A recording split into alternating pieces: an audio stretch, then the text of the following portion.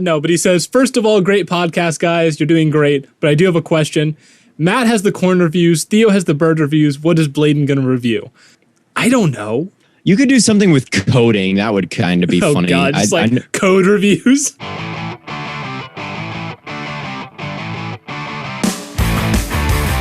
Welcome back to Stay Hot. I'm Matthew Sponhour. As always, joined by Bladen Kirk and Theo Ash. Bladen Kirk and Theo Ash, how are you doing? I'm doing wonderful, man. I'm doing good. I've committed to having a stay hot summer per the branding, and I just started working at a strawberry farm during a record heat wave, and I just got off my shift in the morning there, and now I'm here talking about.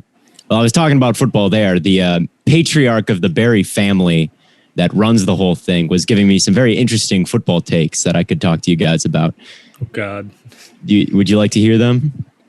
I'm almost curious. Are they bad? They're very lofty. They're very lofty, and they're mostly having to do with the Buccaneers.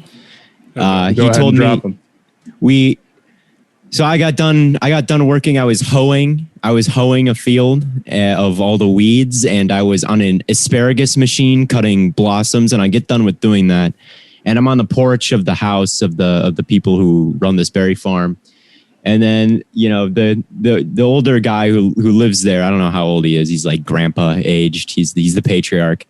And he's telling me about the Buccaneers and how they're the greatest team ever assembled. And he's like, Vegas has them there's a 99.5% chance that they go undefeated. They have the greatest offensive line ever, the greatest quarterback, secondary, and wide receiving core. They're favored by 14 points in every game. He was just going on and on about how the Buccaneers are going to shatter every record this year, and it's not even going to be close. That was his big take is about the Buccaneers. What do you guys think? Not sure how I feel about that. I'm going to go with yikes. I mean, it's tough to disagree with him because he's like, they have such a great offensive line and quarterback and wide receiving core. And they do. I can't be like, a 99% chance this is like undefeated. This is like the Bladen Saints going 0-16 take. It is. It's a little bit exaggerated, but I mean, they are pretty stacked. And it's like, the more I hear him talk, the more he's kind of convincing me. So maybe they will win every game by 14 points, but I can't really disagree with him because I kind of need him to like me. I don't want to be like, yeah, that's dead wrong, grandpa. Understandable. Anyway, you heard it here first. Theo was hoeing. I was hoeing the fields. Yes. There's no better way to put it. We're talking some Julio Jones trade today. Since that just happened, then we'll be talking about some of the NBA playoff games. He might be a little bit behind in some of the series. This is coming out tomorrow. I know we're going to talk about Nets Bucks game 1. And then in between this getting recorded and it coming out, Nets Bucks game 2 is going to be played. But we're going to talk about it anyway because I have a lot to say. But let's start off with the Julio trade. How are you guys feeling about this? I know Theo feels like he played a huge role in it. I'm going to give him the benefit of the doubt here. I know a lot of people thought that when the DeAndre Hopkins trade happened, that the Texans didn't get enough back for him. And now that we've seen another kind of top tier receiver get a very similar package, maybe we're just seeing that people don't value receivers that much in terms of trade value. I would say that not my main takeaway, but I think the answer to that is a lot of people seem to think salary cap isn't real or that there's never any consequences to signing whoever you want. That is not true.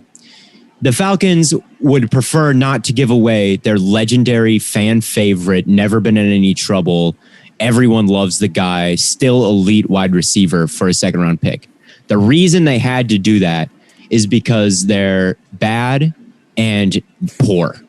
And Julio Jones clears up a lot of cap space.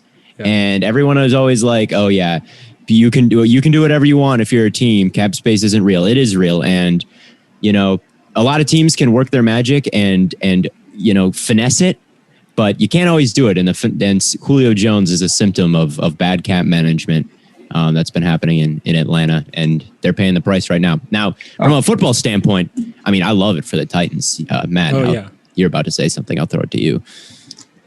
And I feel like kind of in the same sense with the salary cap. The Titans aren't paying a second and a fourth. They're paying a second, a fourth, and $15 million for Julio Jones. Yeah. You have to take into account both. I know a lot of people are like, oh, I would have gotten more for Julio. No, you wouldn't have. No one's paying a first-round draft pick for a 31, 32-year-old wide receiver who's coming off an injury, who demanded a trade, who cost $15 million. And if somebody was willing to pay that, the Falcons would have gotten it. Right. So even as a Panthers fan, I just think the Falcons were more in a tough spot than some people are realizing with that move. Yeah. And I agree. I think the league still views Julio. I don't think there is there might not be a player outside of maybe Mahomes, Aaron Donald, Rodgers, Brady, that the league and people in the league respect more than Julio Jones. I was just watching a big interview with Wade Phillips about everything. And they asked a question, how would you defend an elite wide receiver? And the name that he immediately said is a Julio Jones type. Like, that was the name that brought up when he was thinking elite wide receiver. I know Larry Fitzgerald called Julio the best he'd ever seen. Jalen Ramsey tweeted like a second and a fourth is all it took for a guy like Julio. We'd be unstoppable. I don't know if there's a guy in the league that commands more respect still, or a wide receiver in the league that commands more respect still than Julio Jones. And, the Titans, I think if you're going to focus on one guy, roll like double teams over to one side or wherever you're going to do. That would probably still be to Julio's side. And I mean, that opens up a whole lot of stuff for AJ Brown that wouldn't have been opened up if Josh Reynolds was still on the other side. And I don't really know, the defense is questionable. Yes. But I mean, I don't know if there's going to be an offense better. They were a top 3 offense anyway last year with Corey Davis as that Titans offense looks really, really talented. Yeah. I mean, I put out a tweet yesterday. I think it's comparable to the Nets as far as like a big 3, Julio, AJ Brown, Derrick Henry. And if you want to throw, Tannehill in that mix, you can. But, I think they have all the talent to be a playoff team as far as offense goes. It's not even just the talent, it's the physicality of those 3 guys. Those guys are going, I mean, how big and fast do you have to be to even attempt to cover that? And it's not like they have some fatal flaw. It's not like, okay, we've got these 3 guys. And their line is good. Yeah, their line is good. And their quarterback is good. Yeah. Like a good quarterback. Yeah. They don't have flaws on offense right now. No, I would agree. And with Reynolds really concerned me because what you can do is you can, what Wade Phillips was talking about when I watched him. He's like, what do you do when there's an elite wide receiver? He says, well, we put our best guy on the number 2 wide receiver, erase him, and then we focus on doubling the number 1 wide receiver. And that kind of takes them both out of the game. And that's now with Josh Reynolds, you can do that pretty easily. Like you can any number 1 corner can totally get rid of Josh Reynolds, most likely. Right.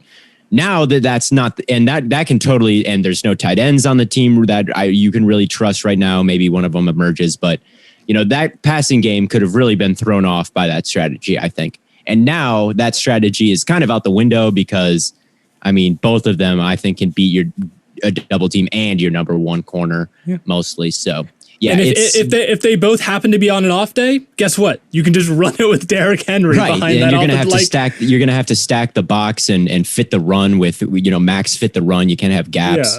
Yeah. It's gonna be ridiculous, their offense. And I know we were saying the NFC. I know I said the Jaguars would win the division. And I said, the Titans. I don't know, man. The Titans are just going to be a running game. They're going to have a really good running game, and the passing game is going to be in. The defense is going to be in. I don't know. I think the Julio Jones trade totally changes that Titans team. I think that it's going to be worth what they paid for sure. So those are my overall thoughts on the trade. Looking at it, I'm kind of surprised that nobody could match that. I'm kind of surprised. I fully believe that's the best offer they got, unless some sort of like NFC South team gave them that. Offer. They didn't care as long as it went to an AFC team, right? Right. But why didn't the team like the Colts match that? I don't know. The Colts need right. I mean, that's not a high price for Julio Jones. They're bringing in a quarterback who kind of had a questionable season last year. Do they not? I guess maybe they don't have a second round draft pick. Yeah, next year.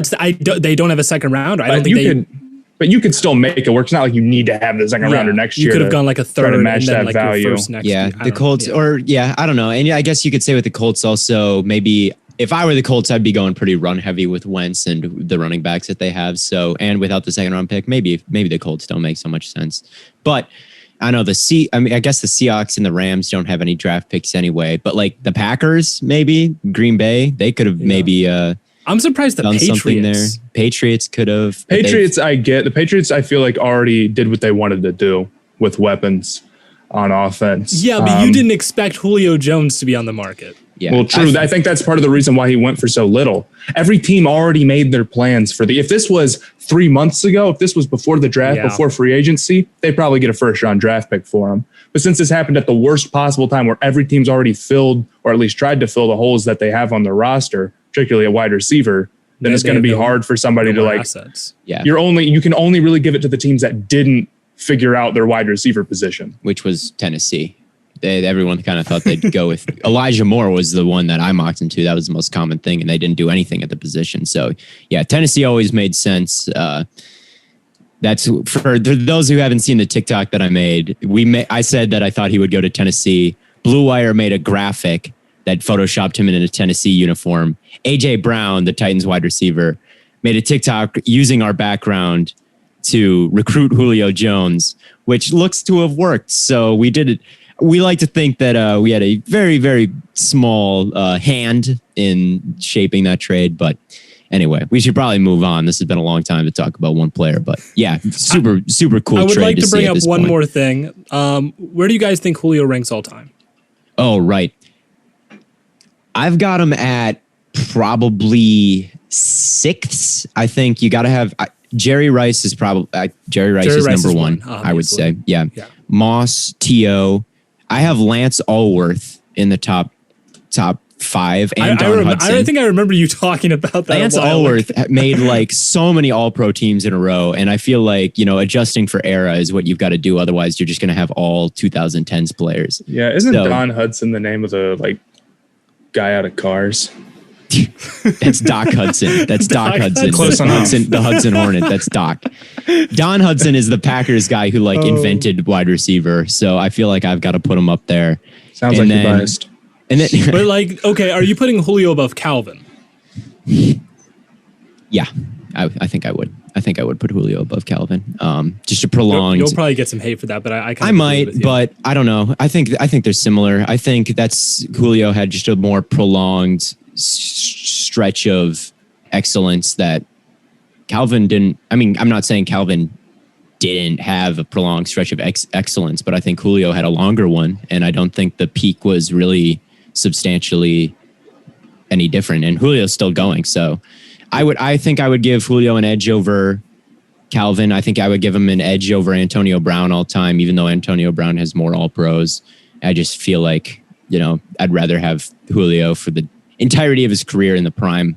That's a little bit of a different destruction. Just based off Antonio Brown's antics alone, I don't think he's top 10. Oh, I think he's top 10. Oh, really? He made 4 All-Pro teams. He was ridiculous. And I would have him his top peak, 10. don't get me wrong, solidly. he was like the best receiver in the NFL without a doubt. But yeah, I don't know. But I would have him at after those 5 that I named, I'd put him at probably 6 right after that. Fair. Maybe I'm missing something. No, I feel that's pretty fair. I don't love doing all-time rankings because I'll be real with you. I haven't watched a ton of Don Hudson film, admittedly. It's not about that. For all time, I think it's more about I don't know about accolades. Yeah, I like accolades matter, longevity. So you kind of got to combine it all. Yeah. Yeah, it's a little bit of everything. Yeah. But he's somewhere in that 10 to 5 range or whatever. Yeah. He's top 10 for sure. Yeah, I've got him at 6. That's where I would put him. I'd put him as the 6th best receiver of all time. As far as the NBA goes and the NBA playoffs, I feel like they're really starting to hit their stride. The first couple of games of the NBA playoffs were amazing. And then every series pretty much, except for a couple, kind of sucked after that. But now we're kind of getting to the point where it's getting exciting. There's very few teams left that aren't contenders, or at least seriously trying to contend for the title this year. And we got to talk about Nets Bucks first. The Bucks caught the biggest break they possibly could have. James Harden pulling his hamstring again probably means he's not going to play again in the series, I think. And even if he does, he probably won't be 100%. He almost certainly won't be 100. He's already been ruled out for game 2. He got ruled out for game 2 yesterday. The fact that they weren't able to even make the game close is a terrible sign. And part of it is maybe that they just shot bad throughout the game. But Chris Middleton, Drew Holiday, terrible. They were terrible. Holiday was okay, but Chris Middleton, I can't remember the last time, and an all-NBA level player, I know he's not that quite there this year, but has played that bad in a playoff game. I expect them to play better in game 2. There's no way that they just play like that for the rest of the series. And they played bad in game 1 of the Heat series too. So maybe you just say, okay, they're bad at starting series. But it wasn't even just that they were missing the shots. They were shooting 4 seconds into the shot clock on 3 guys in transition when Giannis wasn't on the court. It's just crazy stuff that made no sense. And the Nets didn't seem to be fazed at all by the size of the Bucks. I mean, they put out a lineup that had Joe Harris at the 4 and Blake Griffin at 5, and it worked with Giannis on the court. That can't ever happen. Yeah. Blake Griffin can't hold Giannis. And Giannis is pretty much the only person who played consistently well. Brook Lopez was not very strong inside at all. And the Nets decided to attack him on the pick and roll a ton, and it was working great. I don't know. There was just a lot of stuff that I saw with the Bucks that worried me. Yeah, I would agree. And like, what was the Nets record without Harden this year? It was bad. Like, maybe not bad, but like with and without Harden was, I mean, it was part of the reason why he was in the MVP discussion for a minute there. And, Harden seems to be kind of the more, because all of the Nets seem to miss a little bit of time this year. They were the worst without Harden. And Giannis needed to have the kind of game and need to have the kind of series that Jokic had against the Trailblazers, like at least, because the Blake Griffin, Joe Harris, I mean, he should eat those guys for lunch. And he had 34, so it's not like that's bad by any stretch of the imagination. But I mean, you kind of even have to expect even a little bit more a little bit more. But yeah, you're right. It was everyone else around him, and just the disappointment and the lack of momentum that the Bucks seem to have going into the other games. And just it's like we were talking about Porzingis, where it's not just like the shot. We were talking about Porzingis, and it wasn't like the shots just aren't falling. The shots aren't falling, and they look like horrible. Like, he looks horrible. They doesn't pass the eye test or the like box score when you're seeing what he's shooting. That's how the whole Bucks team kind of looked. I remember I was talking about Milwaukee against the Heat, and they shot horrible, especially like in game 1. They shot horrible from 3, and they still ended up winning. Kind of same situation. They weren't able to shoot well, but now they can't win. Like, if they're not going to be able to go out and play the same breed of basketball they could against the Heat, when the Nets don't have Harden, when they get Harden, it's going to be over. Like, it's not even going to be close. At the end of the day, it's going to come down to Chris Middleton and Drew Holiday actually playing well. Giannis did his thing, but if you don't have to worry about, I mean, if you're the Nets, you're always going to challenge Giannis and make the other players on that team beat you. Any team's going to do that. No one's just going to say, well, we'll guard up on Drew Holiday and we'll just see if Giannis can, drive inside. He can do that. But it would just seem like the second Giannis would go out of the game, all of a sudden, Drew Holiday, Chris Middleton, these guys are veterans. Drew Holiday's played fantastic in the playoffs before, and they're just rushing into shots for no reason. And I don't know if it was just they aren't used to it. I don't know if that's what Bud was telling them to do. I can't tell you. I think that the Nets they played a really good game defensively. They put in a lot of energy. They were playing playoff intensity basketball. The Bucks weren't. But there's no reason why Middleton and Holiday shouldn't be able to take these guys one-on-one that the Nets are putting on them. Bruce Brown's good, but Holiday just got an $160 million contract extension. You need to be able to do that.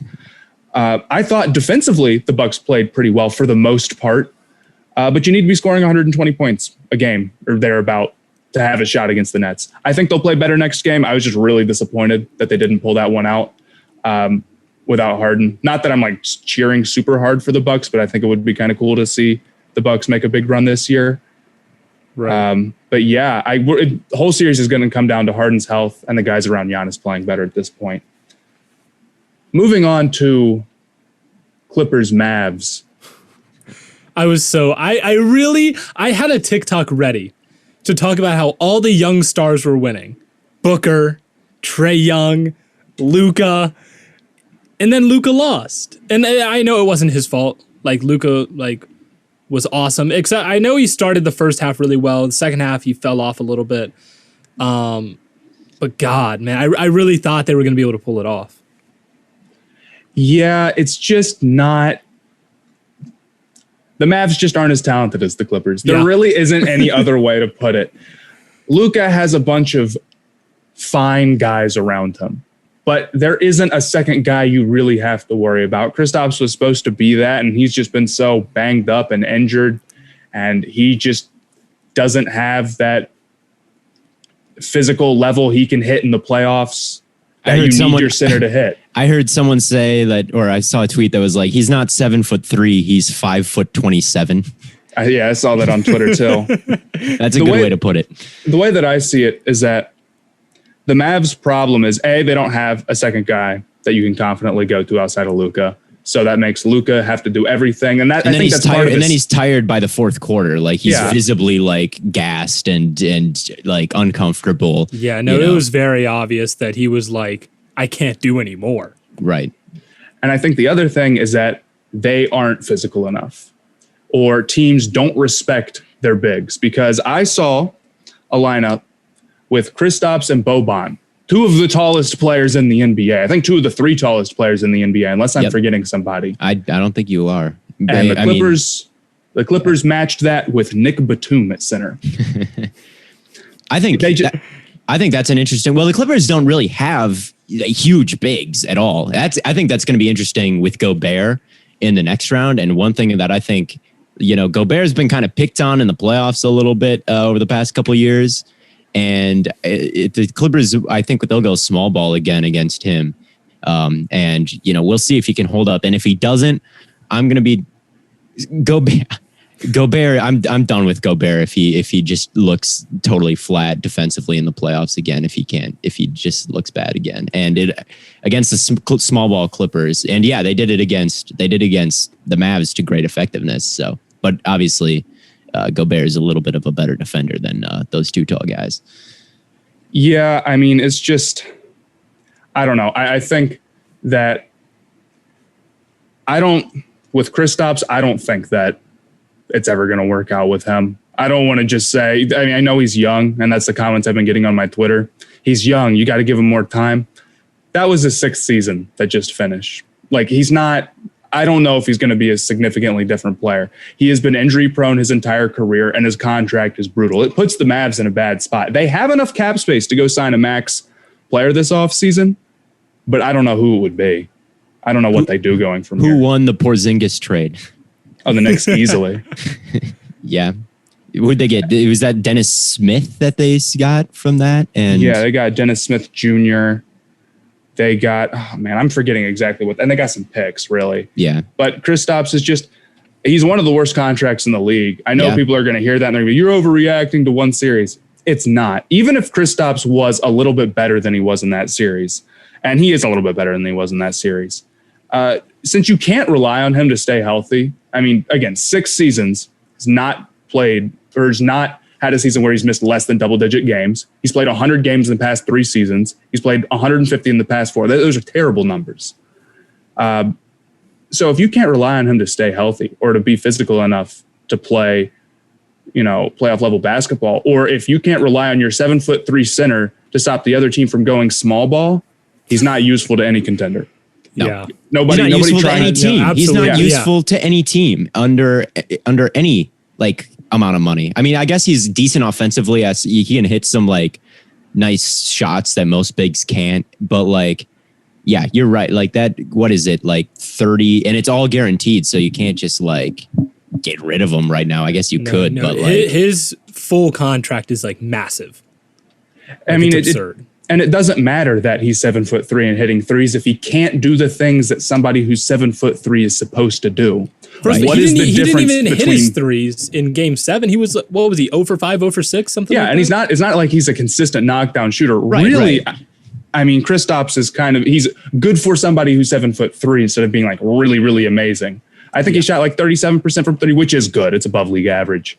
But I don't know. I'm just not very high on him. And I don't know what the Mavs' plans to get better are going forward from here if they don't land somebody in free agency.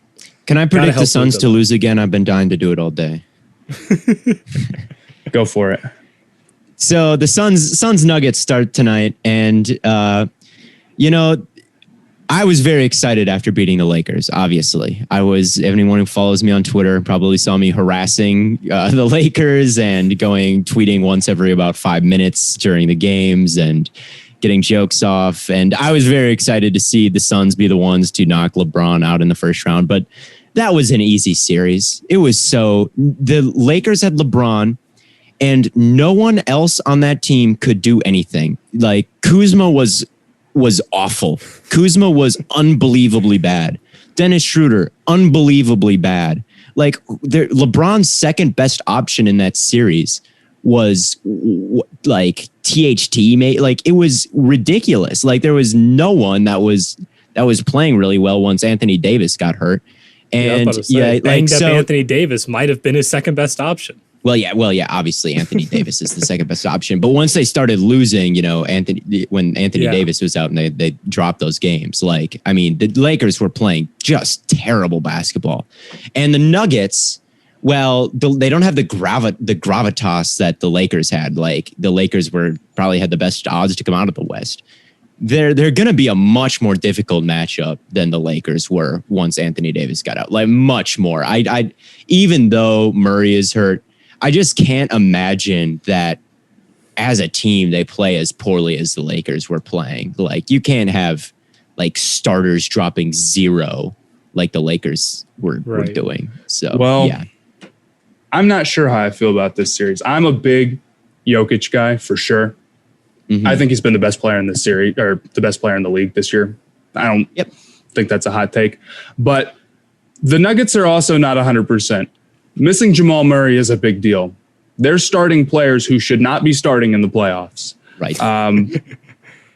Realistically, if Michael Porter Jr. goes cold, you're relying on Austin Rivers to hit his shots, or you're losing games, and that's not a good spot to be in. I think a healthy Nuggets team is beating the Blazers in 5 or 4.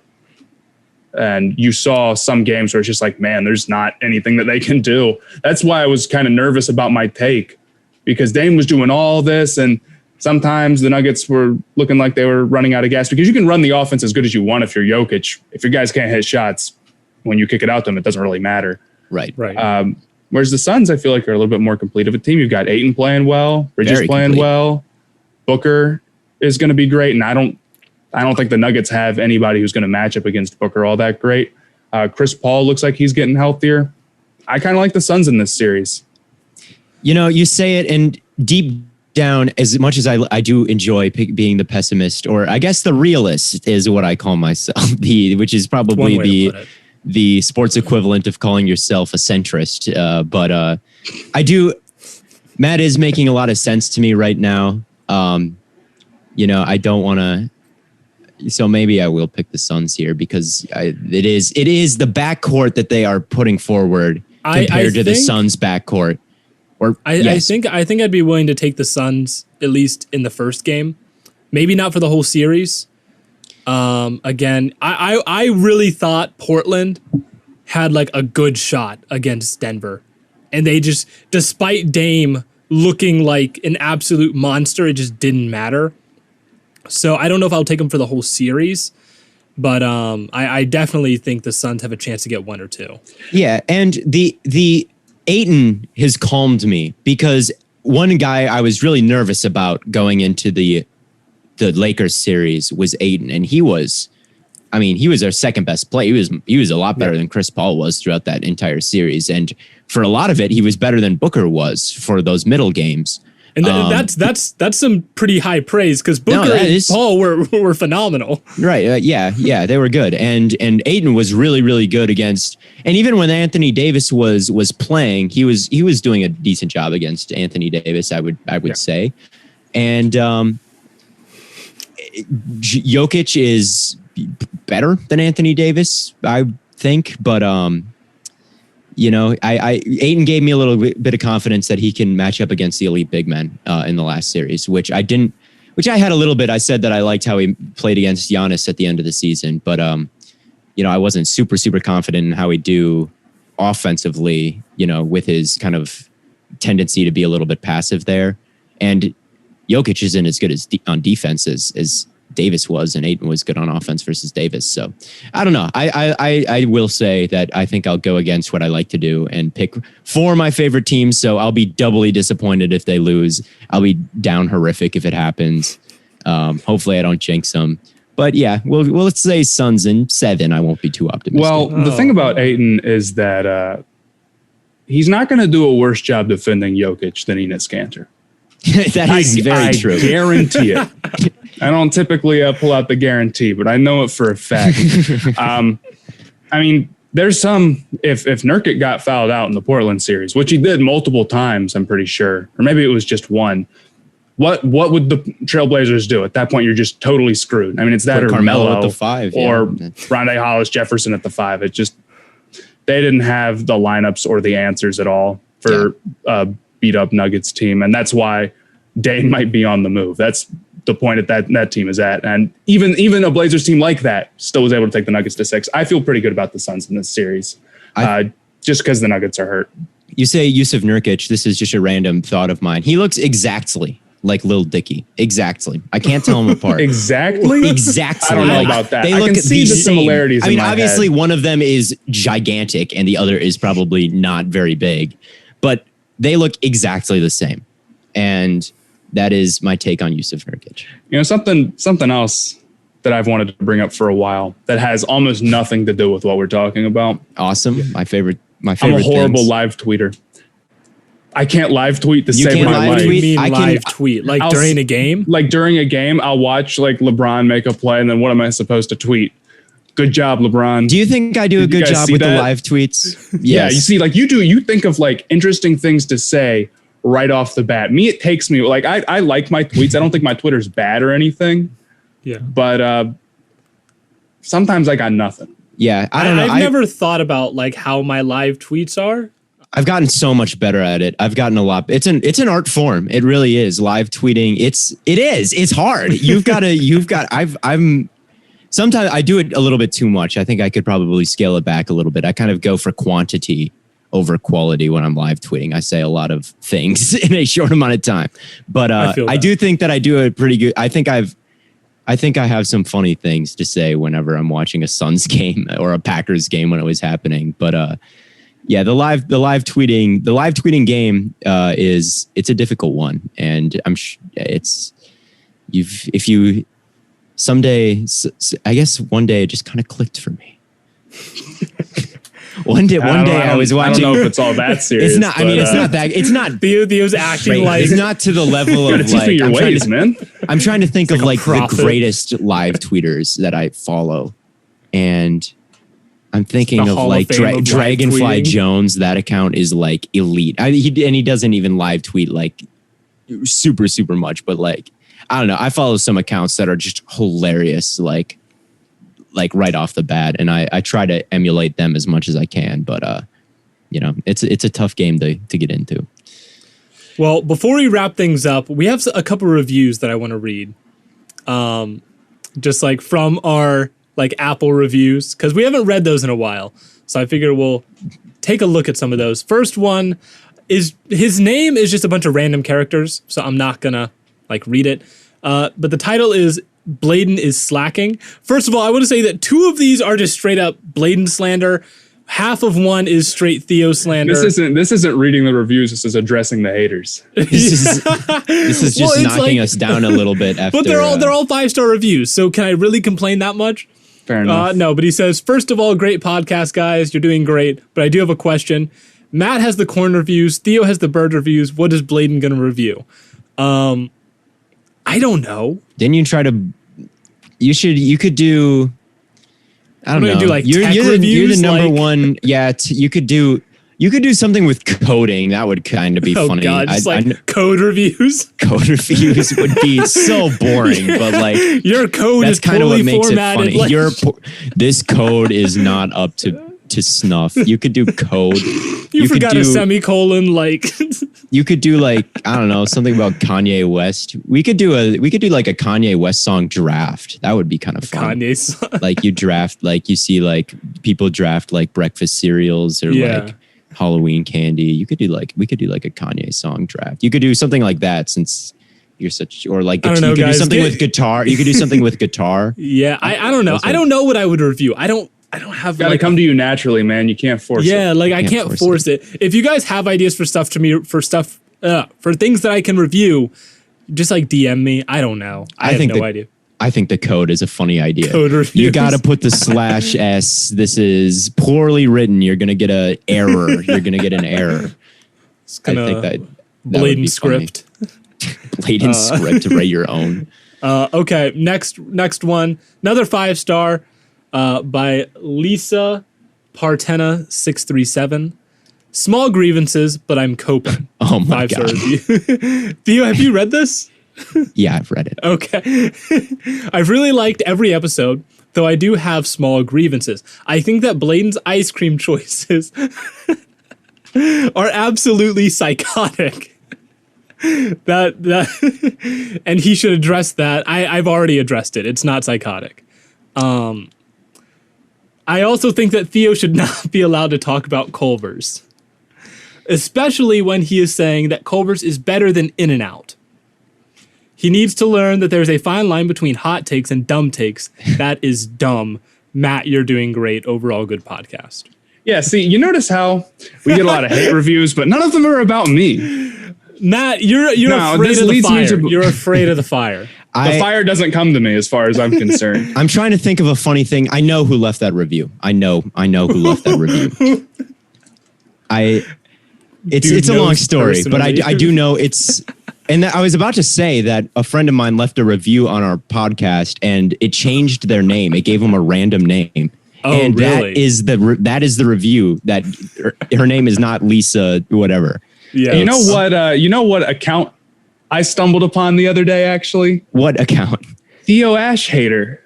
You found just on my For You page. You found that? Oh my God.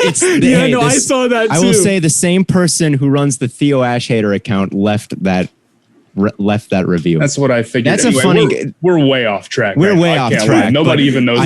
I also know they're going to listen to this. So hello.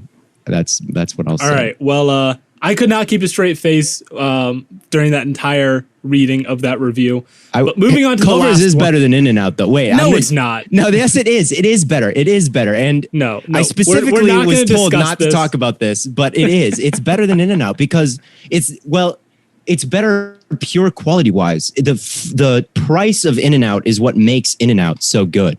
It's price and quality is part of what being a good fast food restaurant I know. And if you want to make that argument, I'm willing to listen to it because Culver's is more expensive, and for fast food that matters a lot. It's the same thing with Five Guys. The In-N-Out fries are garbage. I'm sorry, they are. They're stale.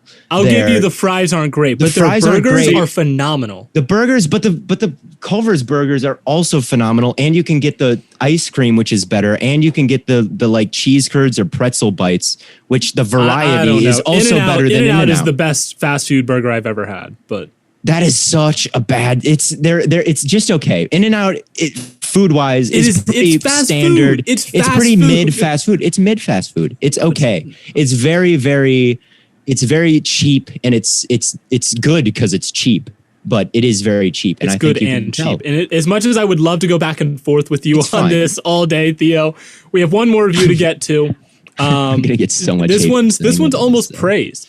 Theo isn't as bad as I thought by Jules6906, 5-star review. I like this a while one a lot. back, I blocked this guy on TikTok because I thought that the way that he evaluated players was dumb and that he just like to hate on the good players to seem different. I started listening to the podcast for a while, and after 8 episodes, I finally realized that the guy that I blocked on TikTok was the one and only Theo Ash himself. Now, do I think that his TikToks about various NFL players are dumb? Yes. But after listening into the podcast, I've come to the conclusion that Theo isn't as bad as I thought he was. Well, this is what I get the backhanded compliment. It was. Well, I appreciate it because I like if people change their mind on me, that's good. Like if you come around and say, okay, Theo's guy. But the thing is, I'm positive about players a lot. It's just negative reviews are the ones that blow up. Negative reviews. So if you only see me on the For You page, I'm probably saying something bad because I say a lot of positive things, but people don't care. I will say something like, this guy's underrated, 30,000 views. I'll say a guy is overrated and it'll get 500,000 views because people are so angry at me. And that's why, like, Matt gets no slander. Matt does not hate anyone. Matt is like, I'm not the biggest Kristaps Porzingis fan. After Kristaps, like, that's what the kind of performance that it takes for Matt to say. And that's why you have no haters, Matt, because you waited 6 years to call someone bad. When everyone is like, when someone is clearly washed like Porzingis, that's when Matt will step up and say, I'm not the biggest Porzingis fan. That's not even true. For instance, my Ben Simmons isn't as good as Trae Young take. I didn't hate Ben Simmons, but I for sure am on the Ben Simmons is not that good. Trae, like, he's good. He's not that good. I've said that before, and they're playing each other, so I don't want to say anything and jinx anything. But how could you possibly watch game 1 of that Hawks game and be like, oh yeah, Trae Young's not as good as Ben Simmons? Come on. Right. Like, that's not. It was always, but you were right about that. You were right that Trae Young, and we talked about that a lot we had a long FaceTime call and we were talking about Trae Young versus Ben Simmons. And I'm not even saying that Porzingis is not that good. I'm saying that Porzingis is probably the worst contract in the league right now. There we go. Maybe John Wall is worse just because, John Wall is just ridiculous money. But Porzingis, and it's not even that Porzingis is like a player who shouldn't be in the league. I don't think he's that bad. But he can't stay healthy. No contender can use a guy who can't stay healthy. He's locked up for big money for the next 3 years. And there's no other player like that who's locked up for that long. So, yes. But when you really want to get people to hate you, it's got to be a young guy. It's like Tua. Like, Tua people are so mad at me all the time. Oh, and they're mad at me too. Yeah, they're mad at you too. But I don't know. I'm glad that guy changed his mind. And I do understand how it's annoying to always hear me say negative things about players. If that's all you see from me is negative things, like, you'd be like, okay, dude, you're not an athlete and all you say is bad things about athletes. I do say good things about them a lot. It's just if you're only watching the For You page and you only see like my biggest videos, a lot of them are negative because my negative people like negativity. I agree. Like, and people are going to be like, oh, then you're just a sellout. It's like, no, we make both styles of content. Yeah. It's just you only see the negative ones. I mean, yeah. I mean, I don't like some players I don't think are very good. It's just how it goes. This is coming from the guy who says when I first said Jimmy Garoppolo wasn't a top 10 quarterback after they were in the Super Bowl, I got so much hate. I'm like, he's just not that good. He's the reason they didn't win the Super Bowl. I so heartedly believe that. Now everyone believes that. Matt, yeah, go exactly. ahead. I believe you were about to take a shot at me. No, was I? Of course. No, Matt. Oh. I was just going to say that this is coming from the guy who believes that. He's like, most prospects are bad, guys. They are. And I'm right. They mostly suck. Speaking, they do. They do. Most of the guys most guys won't become Hall of Famers. They're not all going to make the Pro Bowl. They won't, and people think they will. People are like, look at reviews, look at player comparisons on like any draft site, and it's like it'll be a Hall of Famer like 9 out of 10 times. Like, the expectations are far too high for every first round pick. So I might come out and I might say, maybe Zach Wilson isn't going to be Patrick Mahomes. Maybe he's going to be Drew Lock instead. And everyone acts like I just shot their dog. And in reality, that's probably not even a hot take. That's probably like the more boring, like normal take is that the average guy is going to be the average guy, But anyway, I digress. I'm glad that guy likes me more. I'm glad that guy likes me more than he did. So wrapping it up here, since we didn't talk about them, Hawks versus Sixers. Who do you have in that series and in how many games?